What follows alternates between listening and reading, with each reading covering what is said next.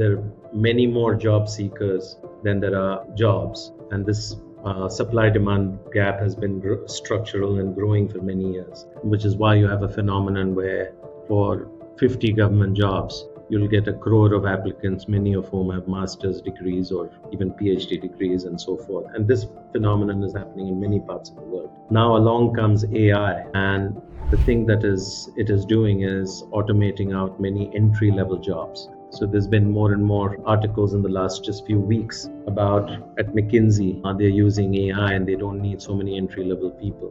The same thing is true if you're, a software programmer in Microsoft or whatever. So one person using AI is able to do the job of many more younger people. So the crisis is it's chewing up entry-level jobs. And the question then becomes, how do I get started? It's fine that you say I should quickly learn to be an entrepreneur or self-employed, but somewhere coming out of college, I have to have a first job. So I learn a little bit about the world, develop some skills, and that entry-level launch pad is disappearing. I think this is the biggest crisis, and we see this world over.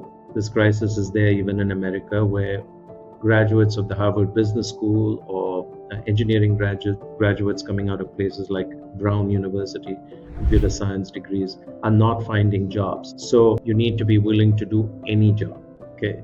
For instance, I was thinking, what if I'm a recent grad and I can't find anything? I'd say go work for Teach for India. Go teach in a municipal school for 2 years, 3 years. It's not what you're going to do long term, but what you will learn is going to be invaluable. So it doesn't matter. There's no lack of dignity in that. So where you start doesn't necessarily determine where you end up. Okay.